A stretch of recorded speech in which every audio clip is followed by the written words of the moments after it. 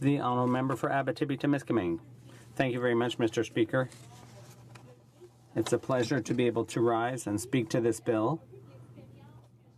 And I'd like to also speak about my experience and discussions that I've had about political financing, especially what has happened in Quebec. I'd like to explain the unique situation that I've experienced in my riding, and I think it's important to understand.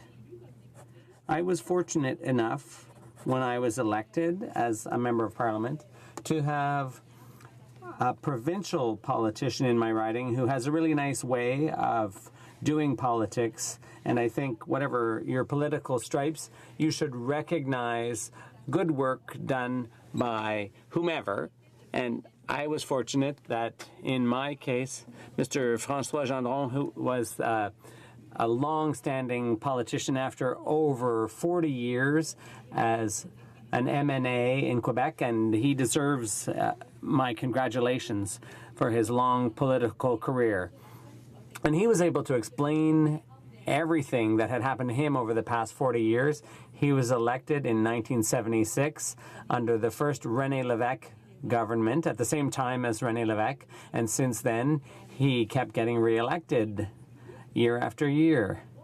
And that enabled him to have discussions and to really follow what was going on, where we came from and where we were heading. And as you know, Quebec went through a crisis when it came to political financing. There was the Charbonneau Commission, which revealed all of the collusion, the organized systems of financing and kickbacks and what have you, and that led to a lot of thinking in Quebec about what to do about it. And it was decided that donations should be limited. There should be a $100 cap for individuals with no tax credit, and to go with a per-vote subsidy. So after each general election in Quebec, there's a formula, and each party gets a certain amount based on the number of votes it received. And in that way, smaller parties do manage to get some financing, and that enables them to operate in keeping with the popular support for that party. So even the smaller parties in Quebec now do manage to function under that system. And you know, the most vulnerable people in society, this is something I care about, and they rarely have the financial means to donate to a political party, to say, look, I really like what you're doing and I want you reelected, I want to see your party reelected. The more vulnerable people in society just simply can't afford to donate, and I would never ask them to because I know they can't afford to. But now, at least, when there's a per-vote subsidy, well, those people know at least that when they go and vote, that will result in a financial contribution to help them continue with their good work. But the way things work federally now, that system's been completely gotten rid of. And so, once again, these people I'm concerned about, they no longer have any way of encouraging us to keep doing our work. And I think that's a great loss. I think it's really unfortunate. And when you expect taxpayers to finance political parties, well, that's what's happening right now. When the Prime Minister gets $1,500 in a donation from a millionaire, that millionaire gets a $600 tax credit. So I'd prefer, as a taxpayer, I'd rather finance political parties out of my own pocket rather than through tax credits to millionaires. So it's not true that we're not all funding political parties. What's happening is the rich are making these huge donations and then claiming these huge tax credits that the rest of us end up paying for through the tax system. It's a non-refundable tax credit. So, for example, and I don't mind saying so, my husband doesn't earn very much money. We've organized our lives differently. My husband stays at home, but his contributions to my riding association in support of my work, well, he does that and gets no pay. That doesn't show up on his tax return. His income's too low. There are other non-refundable tax credits, so he doesn't get any more money for all the stuff he does. And so when poorer people make this type of political contribution, they get nothing in return. It's only the wealthy who get something in return. They're the ones who get the tax credits. And so ultimately, the wealthiest people make these political donations, and they're the ones influencing how parties are financed. It's not all taxpayers together. So at least when you have a per vote subsidy,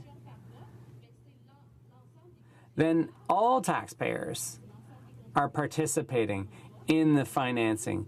So everyone who gets to vote decides where the money goes, and the money is distributed according to people's own personal politics and beliefs. So I think this bill deserves to be studied in committee.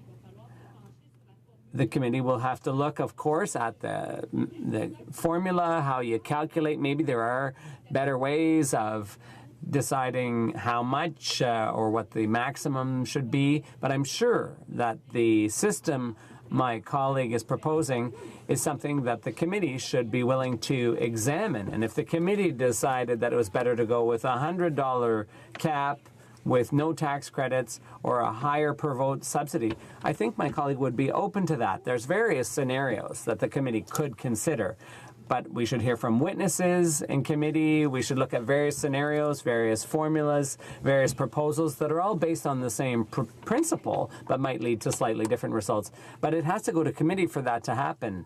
And we have to support it for it to get to committee. We're at second reading here. Second reading means, do I support the principle of this bill? The principle of per vote subsidies. Is that a fairer system? And I think each one of us should be able to stand up and say, yes, I support this important principle, and we should study all the options at committee. If it goes to committee, various options will be presented, various scenarios. And if we realize that if the committee comes to the conclusion that it just doesn't make sense, that it's unworkable, well, so be it. But I think unless the experts are heard, unless we hear from witnesses in committee, we won't be able to make that decision. So I think it's important for this bill to at least go to committee so that we can make that call, so that we can have an idea. I think it will have a huge impact on our work as MPs. I talked about MPs who had experienced the way things were before in Quebec and after, and they say that it's so much better now. We don't have to chase after fundraising anymore. We can really focus on our work as politicians, because when politicians are running all over the place trying to beat the bushes to raise funds, they have less time for their constituency work, less time for the real priorities of their constituents, because you're spending more time fundraising and less time really working on behalf of those who elected us. So I think it's important. As a member of parliament, I was elected in Abitibi-Temiscamingue on behalf of all people, whether they're separatists, whether they're federalists. I work for everyone, because those people who come into my office, in my riding, they are all people that I work for. They deserve my help, regardless of whether or not they voted for me. I have to work on that person's behalf. But right now, I have to run all over the place doing fundraising activities, whether I want to or not. Even if I try to minimize that, I'd really much prefer to be able to focus on neutral political work rather than fundraising. And I think it would be a lot more effective if this question could at least go to committee for the bill to be examined in depth, to look at really whether this is a viable option or not, or whether it's better than having cash for access, $100 a plate events where millionaires pay up to $1,500 to meet the Prime Minister. I seriously doubt that they would have paid that much money to meet a backbencher from the Liberal Party. We all know that We know perfectly well that they wouldn't have been willing to pay $1,500 a plate just to meet, for example, the member for LaSalle. Thank you.